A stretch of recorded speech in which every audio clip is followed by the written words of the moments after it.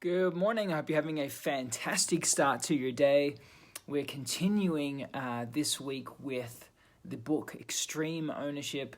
We're on chapter 4 today, and it's in regards to ego. So we're going through each chapter, and it's got some great tips on each chapter, and that's why I've got a little activity sheet for it as we go through, and it has some questions on it and some things to consider as we go through and discuss and look at what can be learnt from each chapter.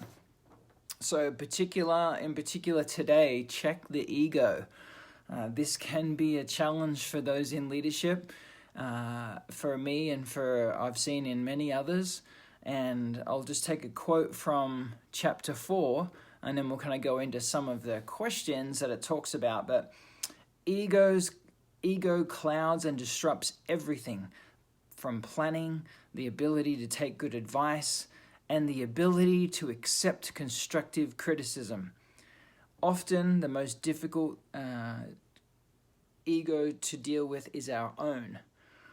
When personal agendas become more important than the team and the overarching mission's success, performance suffers and failure ensues. So the ego, I've seen times where I've thought through the things that I was doing in a particular position, and I look to it as I'm the one that's able to, do this, and it can only be done this way. And that's just something that happens, right? You have knowledge and experience and passion, and when you have all those things, sometimes your ego does get in the way. And so then when you have that challenge, you're not open to some feedback, you're not open to possibilities. It doesn't necessarily have to be a big change. It just can be the fact that there might be a tweak in something that can happen, and sometimes the ego gets so much in the way that you're not even willing to look at that. So it says, be careful not to pit staff against one another. This ultimately leads to dysfunction and performance suffers. So that I also see as well. It's very easy to do this, where we come out of a meeting and then you might talk to one of the people in the meeting about someone else. That causes dysfunction in the whole group and the whole team, because now you're kind of pitting one another against each other. And what we need to do is more so work towards, hey, what is it that we saw, and try and focus on what the best parts of that person is and how we can kind of change the focus, because it can be really easy to do that. The other thing it mentioned here is that this will help in conducting honest and realistic assessments of his or her performance and that of his or her subordinates. So we need to be having that open, honest conversations and being true to each other and bringing up things that might affect someone's ego, but doing it in a way that is with empathy and with strategy, right? It's to help the team, the overall team. It's not to help the individual, the personal agendas. That way, then we can have honest communication when it comes to time for reviews and it comes to time to looking at an assessment of yourself or for others. So some of the questions we have, and I'll put the activity sheet in the comment section, but it asks, what are some ways we can check the ego in our organization?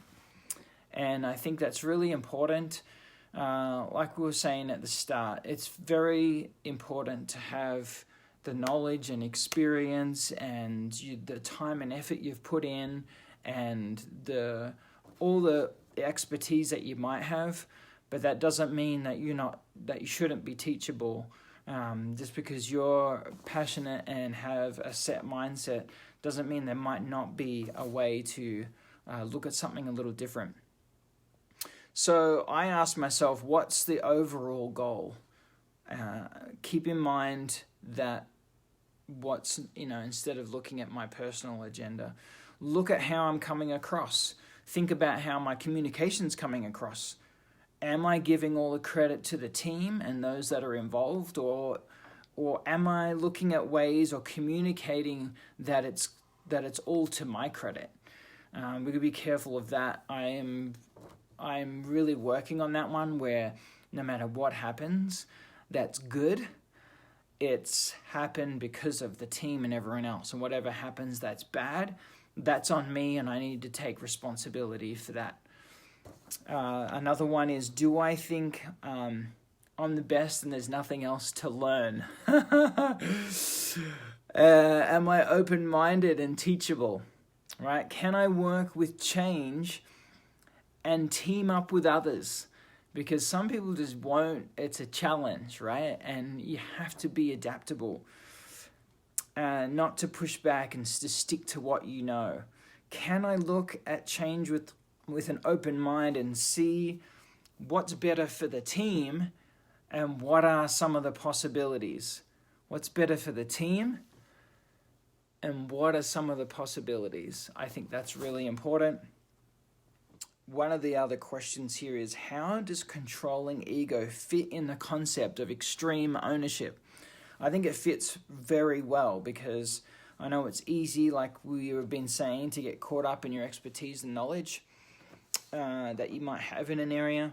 It is, and we should have the ability to check the ego and look at what other options might be possible so that we can all win as a team, not just, I told you it was my way or that was it. It needs to be as a team. In case of our own ego, we must be confident and passionate. I believe that's still to be true, but without being condescending and closed-minded. Okay?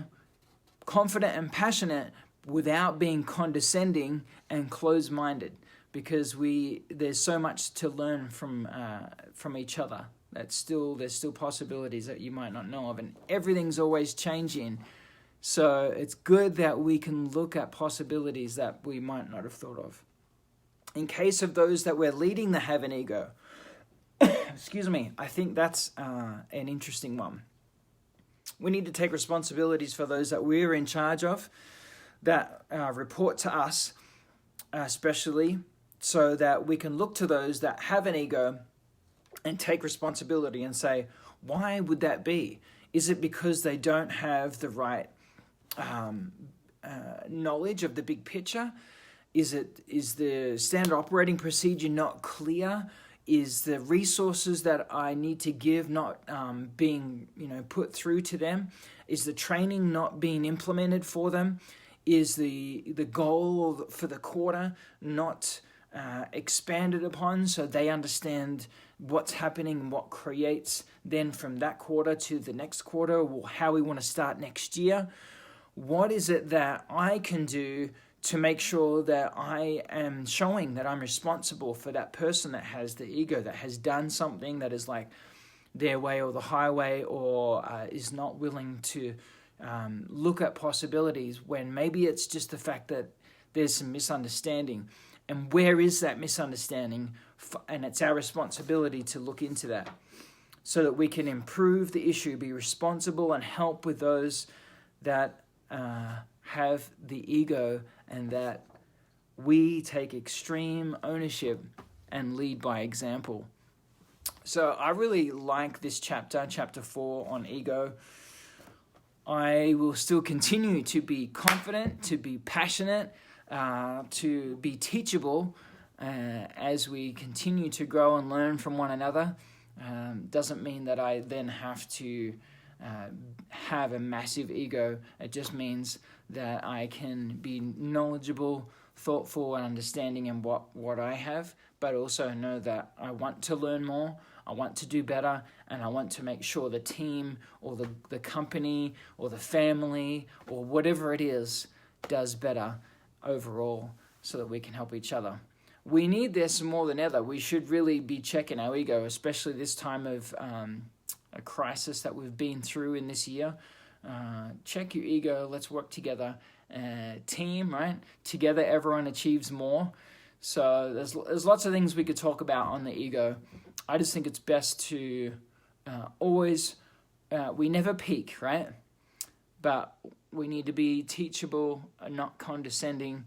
There are ways to go about things that can better your knowledge of things that you want in the future, better the company, better the family, better the team, better your personal progress in life, and we can all do it together through others. I hope that's helpful for you. Look out for the activity in there. My thoughts on chapter 4. We'll continue on with this book. I think it's really amazing for personal development, business development, family, everything. It has some great points, some great tips. Hope you have an incredible day, and we'll see you later.